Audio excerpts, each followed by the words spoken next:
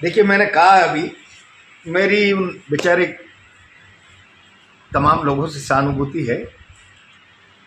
वो तो हिंदी फिल्म का एक गाना आता है, जितनी चाबी भरी रे श्री राम ने उतना चले खिलौना। बिरला जी ने जितना सा कागज लिख के दिया वो उनको पढ़ना था, उनका धर्म था। मैंने कल सरकार पर, बिरला जी पर जो हमले बोले हैं, विचलित हुए हैं। और जब सेठ जी की तबीयत नासाज होती है तो मुनीम गुमास्ते बेचारे दवा दारू के लिए भागा दौड़ी करते ही हैं। तो वो हरकत तो सामने आनी थी।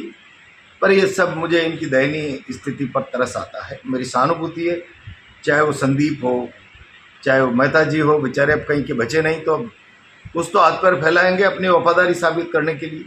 कल तक वो गहलोत जी के बगल में बैठते थे, आजकल छोटे माट साहब के पैरों में बैठते हैं। तो कुछ तो, मेरी बहुत सहानुभूति है उन लोगों के साथ। वो आरोप लगा रहे हैं कि एक तो उन बेचारों की आरोपों की मैं कोई जवाब नहीं दूंगा। हिम्मत है तो बिरला जी, ताकत है, वो लोकसभा अध्यक्ष हैं, तो एक बार खड़े होकर कहें ये 293 गाँवों में भूमाफिया बसते हैं। रही बात मेरी, तो धारीवाल जी ने घोड़े खोल लिए थे, कितनी ज़मीनें मेरी उन्होंने हटा दी। गुलाब कोठारी ने तो लिख ही दिया था 200-400 और 1 इंच ज़मीन प्रहलाद गुंजल की नहीं गई थी। 1 इंच खातेदारी है।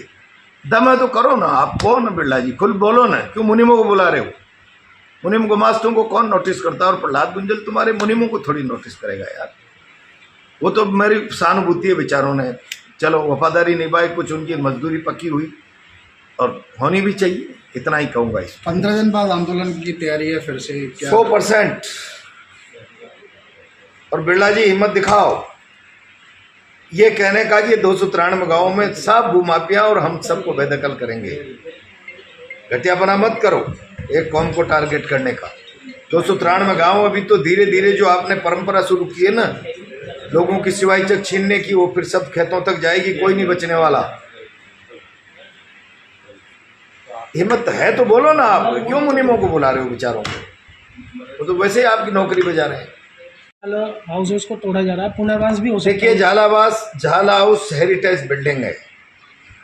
मोदी जी खूब नौटंकी करते हैं, हेरिटेज संरक्षण, विरासत का संरक्षण, संवर्धन। क्या हो गया उनकी सरकार को? सांप सूंघ गया है? या केवल लोगों को भ्रम में लाने के लिए और केवल झूठी वाई लूटने के लिए बयानबाजी करते हैं मोदी जी और उनकी पार्टी के लोग? विरासत का संरक्षण होना चाहिए और झाला हाउस को किसी भी सूरत में बचाया जाना चाहिए। हेरिटेज बिल्डिंग है, अगर वो बिल्डिंग जर्जर हो रही है तो उसकी रिपेयरिंग होनी चाहिए।